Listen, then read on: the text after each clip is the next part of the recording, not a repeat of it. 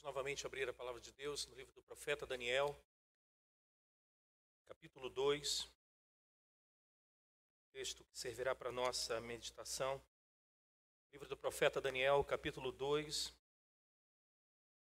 a leitura será do verso 20 até o verso 23.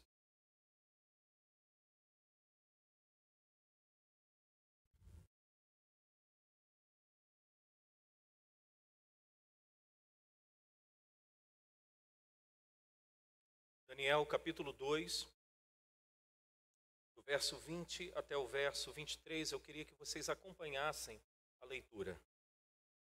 Disse Daniel: seja bendito o nome de Deus, de eternidade a eternidade, porque dele é a sabedoria e o poder.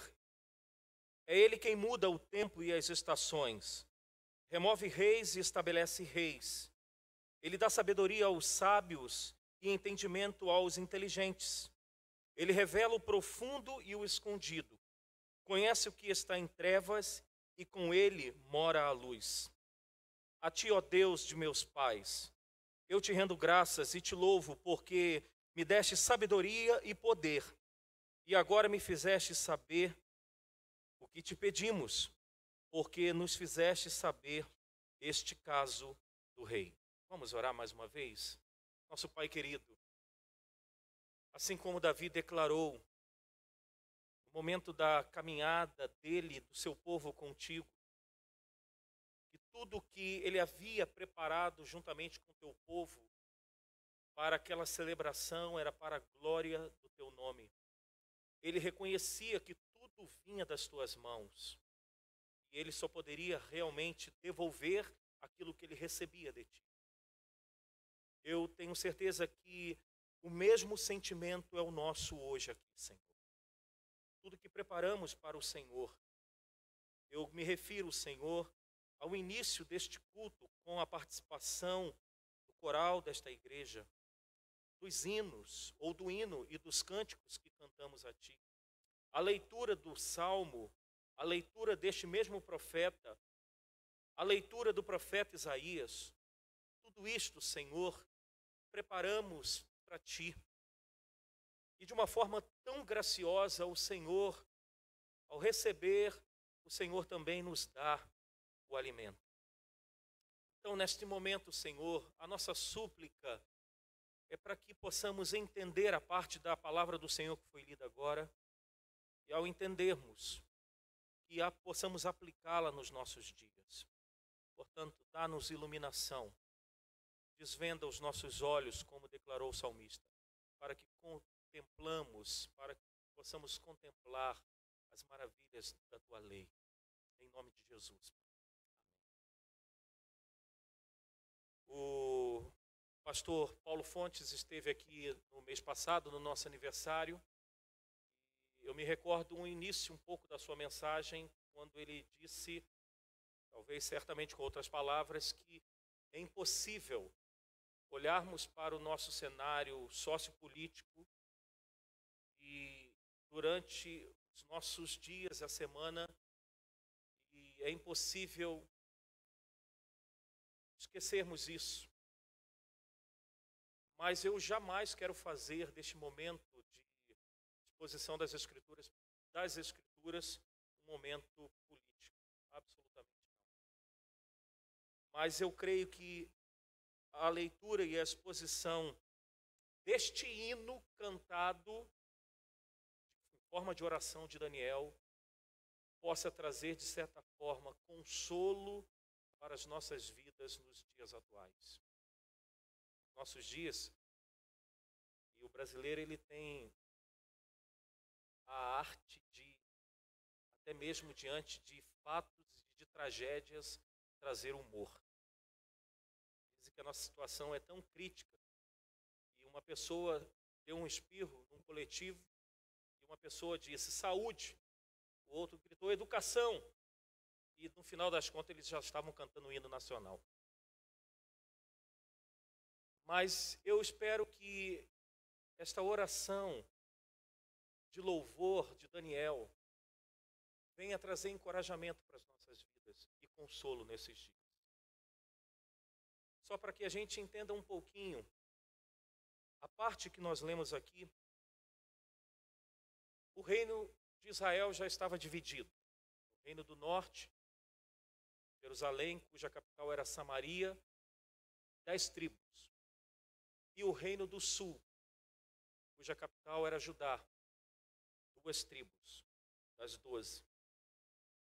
O reino da Síria já tinha sido, ou melhor, o reino do norte já tinha sido invadido pelos assírios.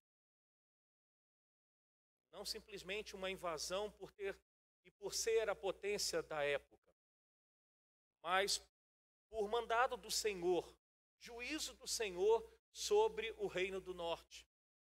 Isso aconteceu em 722 a.C. O reino do sul, por mais que fosse uma dinastia do rei Davi, e por mais que intercalasse entre reis que faziam o que era da vontade de Deus e outros que não faziam, ou conforme o livro dos reis e os livros do profeta Samuel dizem, que fizeram o que era mal diante do Senhor, o reino do sul, ou seja, Judá, também estava caminhando a passos largos para o juízo de Deus. E 2 potências, então, lutavam para poder invadir Judá ou o reino do sul. Como diz um autor, comentando o livro de Daniel, como 2 cachorros em torno de um osso, a Síria e o Egito, brigando para assumirem a potência e assim invadir Judá. Mas você já viu uma cena de 2 cachorros brigando realmente por um osso, e vem um terceiro na história que consegue roubar o osso facilmente, e os 2 ficam lá assim? Não entendi nada. Assim aconteceu com a Síria e com o Egito. Veio a Babilônia, um terceiro reino, e subjugou estes reinos, ou seja, o reino assírio e o reino do Egito. E a Babilônia, então, com o seu rei Nabucodonosor, serve então de juízo, de instrumento de Deus para o reino do sul, o reino de Judá. Quando nós comentamos que acontece a invasão da Babilônia em Judá, e esta invasão ocorre pelo menos 3 ocasiões, ou podemos dizer que em 3 incursões sobre Jerusalém, sobre Judá, melhor dizendo. Em 606 aproximadamente, não é uma data precisa, mas aproximadamente 606 acontece a primeira invasão da Babilônia em Judá. E eles levam os nobres para a Babilônia. Dentre estes nobres está Daniel. Alguém aqui poderia chutar a idade aproximadamente de Daniel quando foi levado? Eu sei que nós não estamos no estudo bíblico, mas 17? Não. Segundo historiadores sérios, com critérios, 14 anos de idade. Ele é levado para a Babilônia. A segunda incursão da Babilônia sobre Judá acontece aproximadamente no ano de 597, quando ele leva mais alguns cativos para a Babilônia, inclusive o rei Jeoaquim, que não esboçou nenhuma luta contra Nabucodonosor, que era o rei da Babilônia. E por fim, em 586, quando então a Babilônia, por fim, entra em Jerusalém, em Judá novamente, e saqueia toda a cidade, destrói a cidade, inclusive o templo do Senhor. É nessa situação que Daniel se encontra. Uma situação de caos, uma situação de crise. Este adolescente na Babilônia. O capítulo 2, eu queria que vocês voltassem seus olhos para o texto. O capítulo 2 começa desta forma. No 2º ano do reinado de Nabucodonosor, teve este um sonho, e o seu espírito se perturbou, e passou-se-lhe o sono. Podem olhar para cá novamente. Nabucodonosor teve um sonho, e este sonho foi tão perturbador que ele não conseguiu voltar a dormir. Ele perdeu o sono. Dia seguinte, a narrativa nos conta que ele mandou chamar magos, encantadores, feiticeiros e os caldeus, no verso 2, para declararem a ele este sonho. E o rei Nabucodonosor diz no verso 3 que ele estava tão perturbado, e ele diz para aqueles homens, se eles não fizessem conhecer aquele sonho, aquela interpretação, eles seriam despedaçados, as suas casas seriam destruídas, seriam as suas casas feitas em um montão de, no contexto de hoje, de tijolos e de cinzas. E estes homens, magos, feiticeiros e os caldeus tentaram de fato, como se diz, ganhar tempo com o rei, porque eles não conseguiam saber o sonho do rei e muito menos a sua interpretação.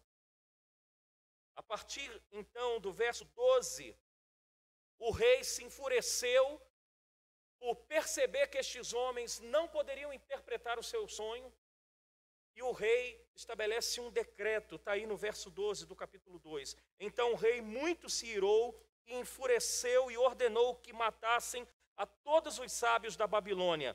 Dentre estes sábios estava o jovem Daniel. Porém, o homem responsável para que pudesse trazer todos estes sábios, estes encantadores e estes magos para serem mortos, ao chegar em Daniel, verso 15, diz assim: e disse Arioque, encarregado do rei, por que é tão severo o mandado do rei? Então Arioque explicou o caso a Daniel. Foi Daniel ter com o rei e lhe pediu que designasse um tempo, e ele revelaria ao rei a interpretação. Daniel foi, por mais que fosse um moço, ele foi ousado. Ele foi até a presença de Nabucodonosor e disse: estabelece um tempo, porque eu preciso de um tempo. E nós vamos saber por que ele precisava desse tempo. Ele disse que eu darei a interpretação desse sonho ao rei. E foi justamente o tempo que ele pediu, foi um tempo para que ele e os seus amigos orassem a Deus. Verso 17 diz: então Daniel foi para casa e fez saber o caso a Ananias, Misael e Azarias, seus companheiros, para que pedissem misericórdia ao Deus do céu sobre este mistério, a fim de que Daniel e os seus companheiros não perecessem com o resto dos sábios da Babilônia. Então foi revelado o mistério a Daniel numa visão de noite. Daniel louva, bendize o Deus do céu. Este louvor, então, surge dos lábios de Daniel após Deus responder a sua oração. Então, essa oração, eu creio que ela serve de consolo para as nossas vidas, nos nossos dias atuais, e enquanto caminharmos aqui. Como que Daniel, melhor dizendo, ele começa o seu louvor, este hino de adoração a Deus, ele começa dizendo: bendito o nome de Deus de eternidade a eternidade. Daniel nos traz aqui algo precioso. A interpretação do sonho, e toda esta oração de louvor não é uma oração de louvor avulsa. Oração avulsa que eu estou dizendo de louvor é quando, por exemplo, num culto como este, nós dizemos assim: vamos ter uma oração de louvor, pedir ao diácono Paulo Renato, como o pastor Tiago fez. E o diácono Paulo Renato fez uma oração de louvor, reconhecendo alguns atributos do caráter de Deus. Assim também fez Daniel, só que foi dentro do contexto da resposta de Deus à sua oração e de seus amigos. Porque no seu sonho, ele pôde ver que o reino de Deus se estabeleceria para sempre. Por isso ele começa a sua oração dizendo: Senhor, de eternidade a eternidade.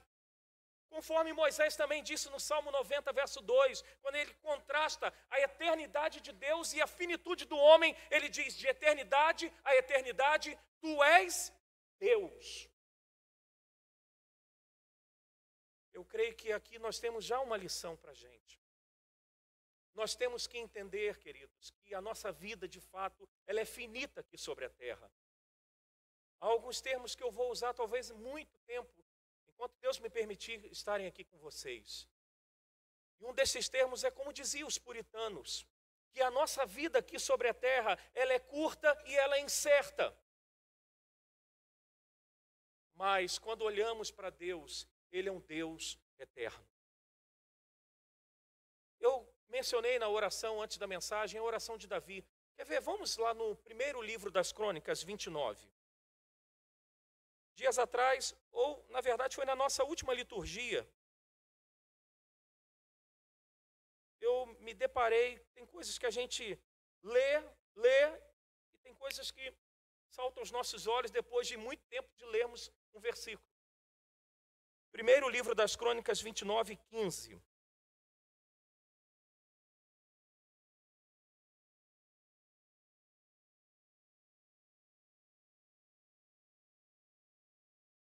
Podemos ler juntos? Vamos lá? Porque somos estranhos diante de ti e peregrinos como todos os nossos pais. Como a sombra são os nossos dias sobre a terra e não temos nela permanência. Olha que verdade que Davi diz aqui na sua oração. A nossa vida aqui na terra é como uma sombra. A nossa vida aqui na terra, nós não temos permanência. Tiago disse isso também na sua carta. E outros santos homens de Deus disseram isso. Um dos grandes dilemas e problemas da nossa vida é que nós achamos que nós seremos eternos aqui dentro dessa esfera temporal. É até uma contradição. A gente quer perpetuar o nosso nome aqui nessa história. É a grande verdade. É tão interessante que Daniel, ele ao expressar este hino de louvor, em momento algum você vai encontrar Daniel puxando, eu vou usar um termo coloquial, sardinha para a sua própria pessoa, dizendo: obrigado, Deus, porque eu sou um sábio e eu consegui compreender o sonho de Nabucodonosor. Ele diz: de eternidade a eternidade. Ou seja, a glória é tua, Senhor. O que Daniel ele queria é: Senhor, que o teu nome seja perpetuado sobre a terra, sobre as gerações que estão por vir. Esta oração de louvor precisa estar presente nas nossas vidas, irmãos, a cada dia. Mateus captou as palavras de Jesus quando seus discípulos queriam que ele ensinasse a orar. E no capítulo 6 de Mateus, logo no início na oração ali, Jesus diz: e vós orareis assim: Pai nosso que estás nos céus, santificado seja o teu nome. É o nome de Deus que precisa ser perpetuado sobre a terra e sobre as gerações que estão por vir. Mais do que o nosso nome está na história, ou nos anais da história, seja eclesiástica, ou seja da política, seja onde for, é o nome do Senhor que precisa ser perpetuado e santificado em toda a terra. Daniel diz mais ainda. Por que ele então deseja que o nome de Deus de eternidade e eternidade fosse louvado? Ele diz: porque dele vem a sabedoria e o poder. É justamente isso que ele pedia a Deus. Mas antes disso, Daniel reconhecia que a sabedoria pertence ao Senhor. Sabedoria, entre algumas definições bíblicas, podemos dizer, sabedoria é o poder de tomar decisão acertada. O que Daniel está dizendo nesta oração de louvor é que todas as decisões de Deus são acertadas. Todas as decisões e decretos de Deus são todos certos. Deus não erra o alvo. Tudo que Deus decretou é realmente verdadeiro, é certeiro para cumprir os seus planos e para a sua glória ser manifestada em toda a terra. E o poder? O poder, este outro atributo do caráter de Deus, é o poder de efetivar aquilo que ele planeja. A palavra diz, agindo Deus, quem impedirá? Ninguém pode impedir o que Deus efetivamente decretou. Não há nenhuma força, como alguns tentam, colocar duas forças nesse mundo, como se degladiando. Só há um que tem todo o poder. E Daniel reconhecia, este é o Deus. Este é o Deus de Israel. Nós vamos ver isso aqui já já.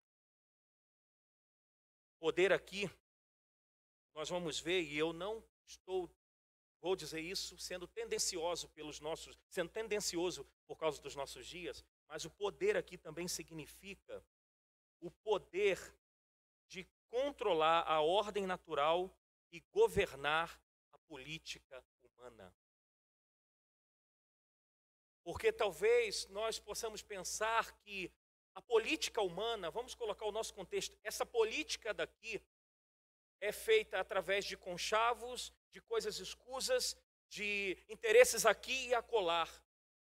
Por isso que, verdadeiramente, o Salmo 2, conforme o pastor Paulo Fontes colocou, Deus ri destes homens.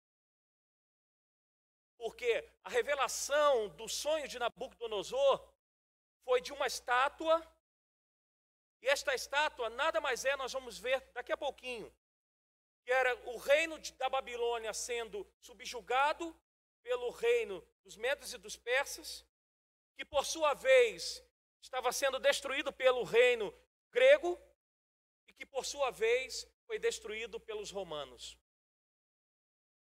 E que por sua vez, aí vem um reino que se estabelecerá eternamente, o reino de Cristo Jesus. É tão interessante que os homens podem achar que vão fazer e acontecer, mas a sabedoria e o poder pertencem a Deus. Agora, nos dois versos seguintes, 21 e 22, Daniel nos dará exemplos desta sabedoria e deste poder de Deus. Vamos ver, verso 21, ele diz, é Ele quem muda o tempo e as estações. No primeiro livro que nós temos de Gênesis, diz que Deus criou todas as coisas, inclusive as estações do ano. E por mais que nós tenhamos as estações, verão, calor, inverno, frio, mas de vez em quando nós temos umas mudanças bruscas, não é verdade? Tivemos muitas chuvas agora no verão, apesar que é normal, principalmente no nosso contexto. Mas às vezes nós temos um inverno com calor. Eu estou aqui em Belo Horizonte há aproximadamente 9 anos e eu já percebi o quanto o clima aqui mudou. Inverno aqui, há 8, 9 anos atrás, pelo menos eu sentia frio. Hoje, pouco frio. Será que simplesmente essas coisas acontecem do acaso? Ou a natureza, ela é divina, como alguns pensam? O que Daniel diz aqui, não. Que é Deus que muda o tempo e as estações. Quem que reteve a chuva durante um período de aproximadamente 3 anos em Israel? Foi a oração simplesmente do profeta Elias? Foi Deus. Quem fez com que o sol parasse diante de uma luta que não poderia chegar à noite. Foi quem se fez parar? Foi Josué? Foi Deus. Esse Deus todo-poderoso. Daniel diz mais, que é Deus que remove reis e estabelece reis. Queridos, nós podemos achar que nós vamos fazer e acontecer, e que por outro lado também o governo pode fazer e acontecer. Mas eu digo diante desse texto que em primeira e última instância, quem coloca e quem retira é Deus. Quem coloca e quem retira é Deus. Ele deixa isso aqui muito claro, Daniel, para a gente. Quer ver dois textos muito emblemáticos? Jeremias 25. Jeremias 25, verso 9.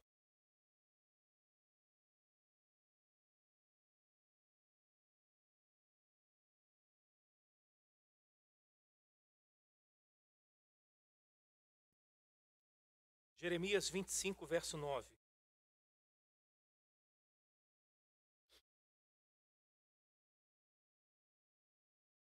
Leiamos.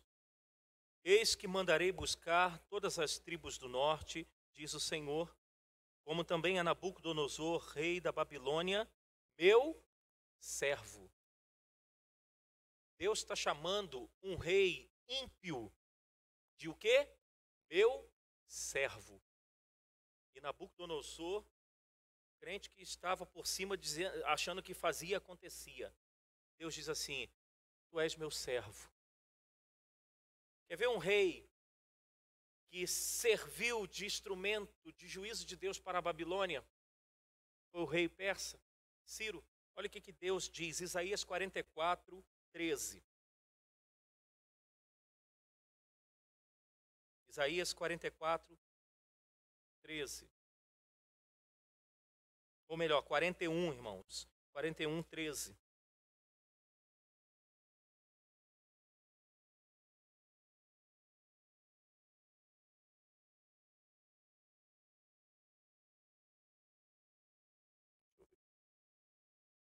Não, não é. Eu peguei o texto errado. O 42. Perdão, eu fiz alguma anotação errada. Mas o que eu queria trazer, se alguém lembrar aí depois me fale. Quando Deus chama Ciro, rei da Pérsia, dizendo assim, meu pastor, tu és o meu pastor, que eu levanto para tirar o meu povo depois de 70 anos do cativeiro da Babilônia. Um rei ímpio. 44, 28. Obrigado, Humberto. 44, 28. Ele diz, que digo de Ciro? Ele é o meu pastor e cumprirá tudo o que me apraz. Que digo também de Jerusalém? Será edificada e do templo será fundado. E Ciro estava crente que estava abafando. Sou agora o rei do momento. A minha nação, agora persa, é a nação. Não sabia ele que ele era uma marionete nas mãos do Deus Todo-Poderoso. Nós temos falado muito, e eu convido vocês a depois a olharem uma pastoral produzida por um dos nossos presbíteros aqui de hoje. Nós falamos muitas coisas do nosso contexto político. Mas, quer saber uma verdade, irmãos? A culpa disso tudo que nós mesmos estamos vivendo e criticando é nossa. Essa semana eu sentei com um irmão envolvido há 35 anos nessa área. E ele disse para mim, pastor, sabe qual é o problema? Que a gente não sabe, nós não sabemos em quem nós votamos para vereador na última eleição. Talvez possamos lembrar, mas nós não fizemos uma agenda diante deste político para poder cobrá-lo. Sabe o que a gente faz? A gente vota e, estou tendo problema, então, aí quando começa a apertar o calo, aí a gente começa a espernear. Dentro da nossa, esse é o meu ponto de vista, eu sei que não, talvez seja o ponto de vista de alguns aqui, mas dentro do nosso sistema presidencialismo, nós somos meninos, estamos engatinhando nessa questão. Todos os políticos, seja a nível federal, estadual, têm os seus sites, os seus e-mails. A Câmara Federal, a Câmara Municipal, o Senado tem lá o site, a pauta do dia que vai ser votado. E nós podemos ver e mandar e-mail. Mas eu digo de mim mesmo, nunca entrei no site do Senado para ver a pauta que seria votada no dia. Nunca entrei no site da Câmara Federal para ver o que seria votado e o que vai ser votado. E todos nós podemos fazer isso. Todos nós podemos fazer isso. Mas a gente deixa solto. Mas fechando esse parêntese, o que nós temos que entender, irmãos, que quem coloca e quem tira reis ou governantes é o Senhor. Talvez essa situação que estejamos vivendo hoje seja para que a gente amadureça, para que a igreja, que por outro lado, no nosso contexto, se afastou há muito tempo, como que política com um gato em água fria, para que a gente passe a se envolver mais. Dias atrás eu vi um pastor reformado, filósofo, e eu assino embaixo, Jonas Madureira, ele disse assim, sabe qual é o problema da igreja também? Não estou falando só problemas nossos não, que a gente investe em missionário, dizendo assim, nós estamos investindo em missionário para em lugar tal levar o evangelho. Mas às vezes a gente não olha para a igreja e vê um jovem que pode e tem capacidade da gente investir no jovem e dizer assim, eu vou pagar a faculdade desse jovem porque ele vai ser um bom economista e lá na frente vai ser usado por Deus. Eu vou bancar a faculdade desse jovem porque ele vai ser um bom político e lá na frente ele vai ser usado por Deus. A gente não faz isso. Eu concordo com o Jonas Madureira. Que nós precisamos, como igreja, olhar para estas coisas e investir na vida de jovens, de adolescentes, para que sejam bons homens de Deus, seja em qual área for. Mas às vezes a igreja, ela fica como se a gente fôssemos ETs de Varginha. Eu sei que a Bíblia diz que somos peregrinos, mas nós estamos aqui dentro dessa esfera temporal. Eu sofro a economia do país. Eu disse para alguns irmãos, meu sacolão às vezes durante a semana era 30, 35 reais, hoje está dando 70, 60, a mesma quantidade, o mesmo produto. Eu sei que tem às vezes não está na época do tomate, daquilo, mas todos nós estamos sofrendo.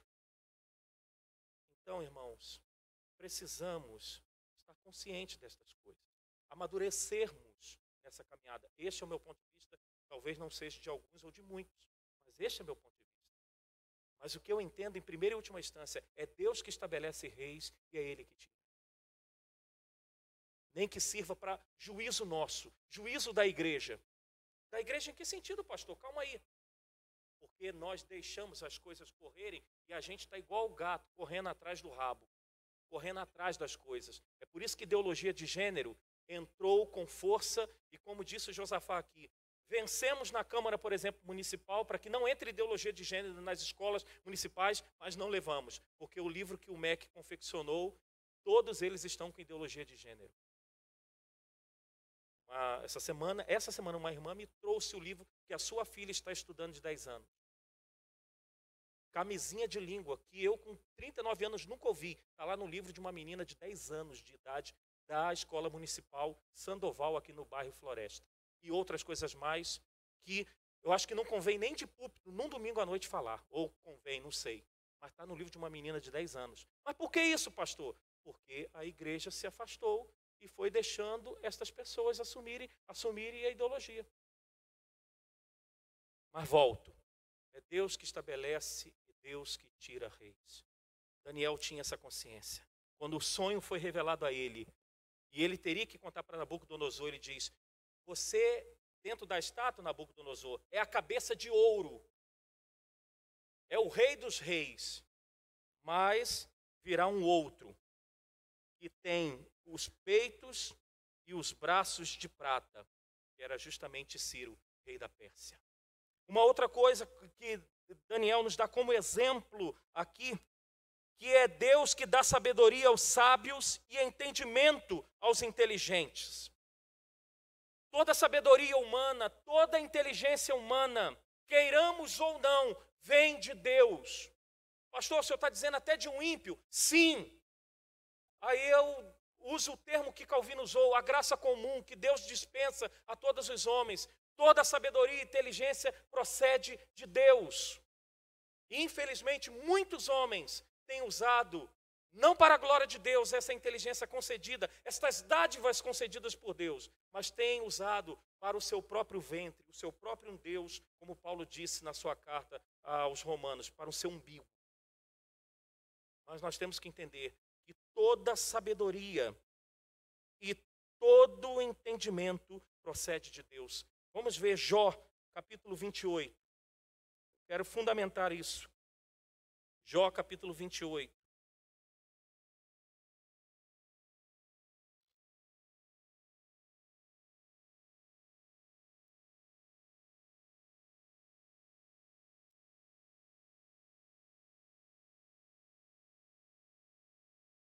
Jó, capítulo 28, a partir do verso 12.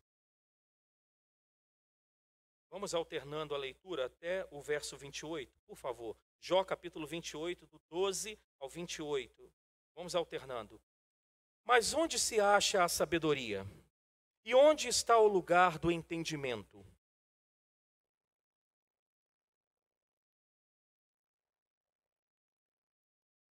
O abismo diz: ela não está em mim. E o mar diz: não está comigo.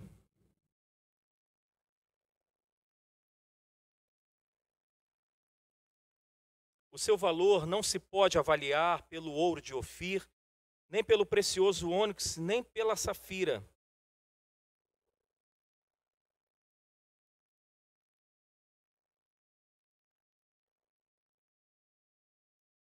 Ela faz esquecer o coral e o cristal. A aquisição da sabedoria é melhor que a das pérolas.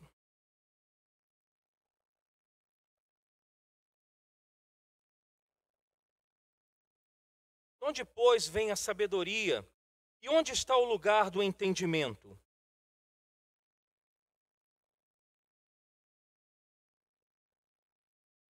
O abismo e a morte dizem: ouvimos com os nossos ouvidos a sua fama.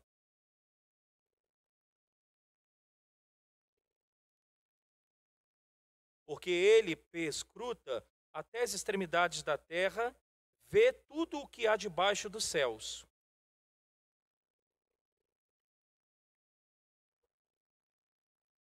Quando determinou leis para a chuva e o caminho para o relâmpago dos trovões,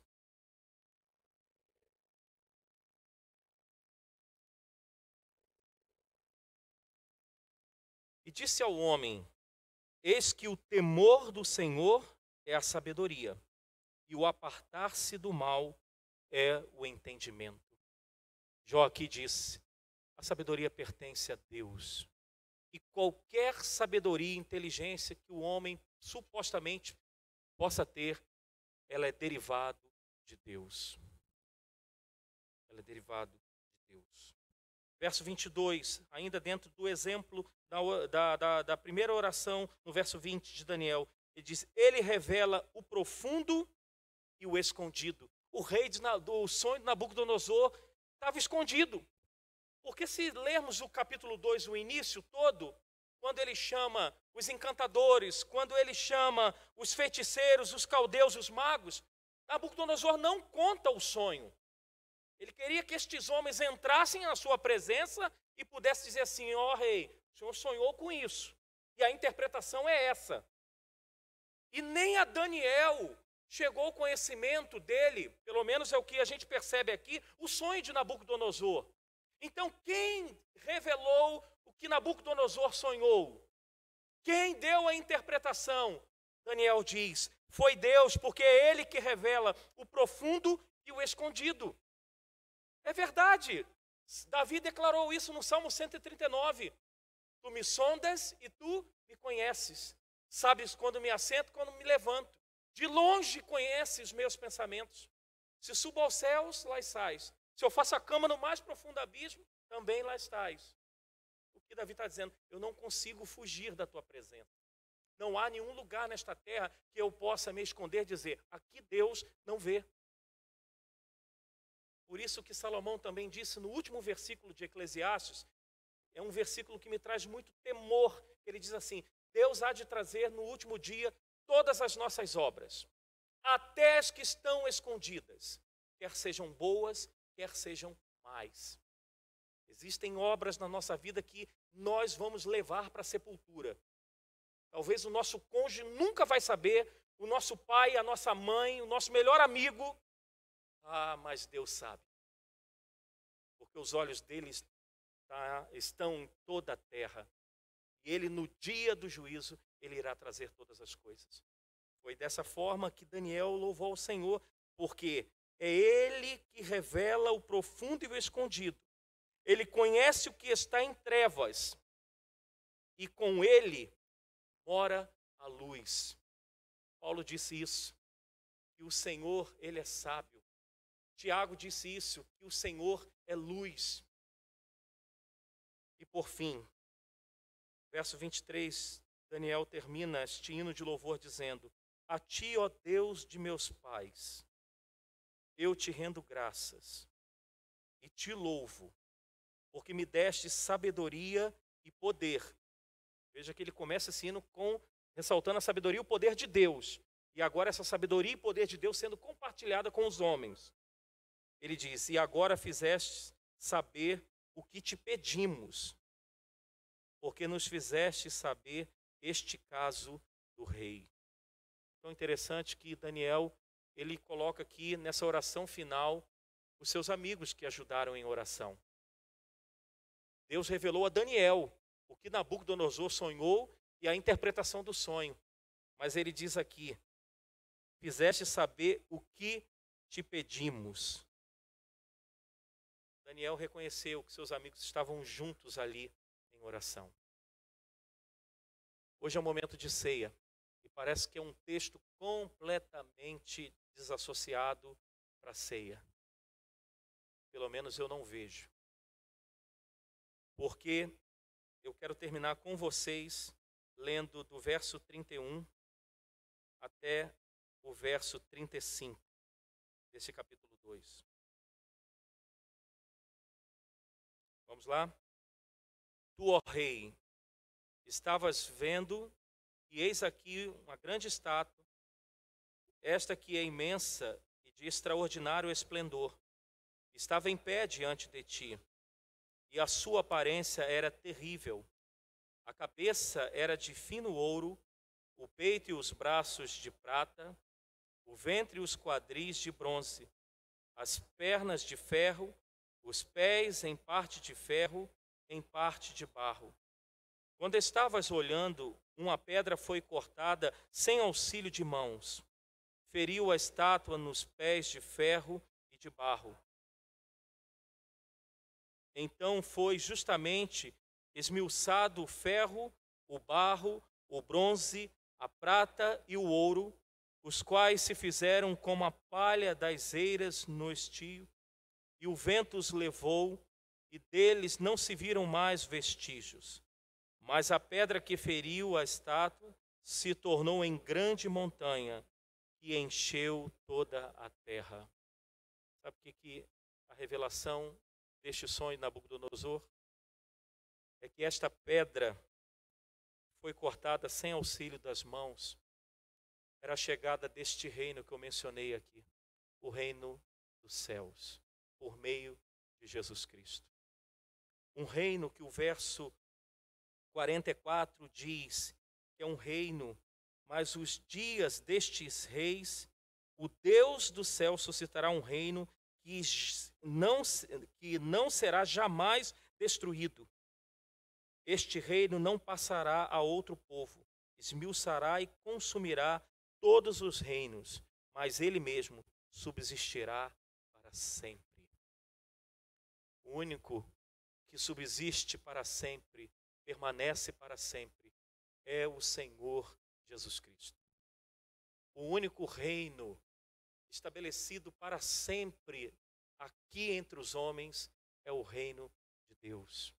Lembra quando João Batista, primo de Jesus, ao ver Jesus, e a pregação dele era: eis que se aproxima o reino de Deus, arrependei-vos. E esse reino chegou até nós, com um rei sem pompa,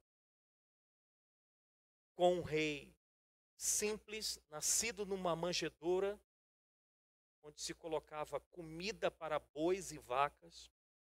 A gente tenta falar manjedoura para dar um envelope mais bonitinho, né? Mas esse reino cresceu em sabedoria e graça diante de Deus e dos homens, e estabeleceu este reino eterno pela sua morte e pela sua ressurreição. Glória a Deus por isso, irmãos. Porque todos os outros reinos são temporais. Este governo que nós estamos, seja antes do prazo ou dentro do prazo estabelecido de 4 anos, ele passará. Outros governantes virão e vão passar também. Seja direita ou seja esquerda, todos estes governos passarão. O único reino que permanece e subsistirá para sempre é o reino de Cristo Jesus, o qual nós, pela sua infinita graça, fazemos partes. Que Deus nos abençoe. E assim como Daniel, num tempo de crise, longe da sua cidade, da sua terra, teve alegria a ponto de expressar um hino de louvor ao Senhor. E diante do caos que estamos vivendo, das crises que nós estamos vivendo, possamos olhar para um Deus que se assenta no trono e que governa todas as coisas. E um Deus que tem o poder e a sabedoria para conduzir a nossa nação e todos os reinos da terra. Amém.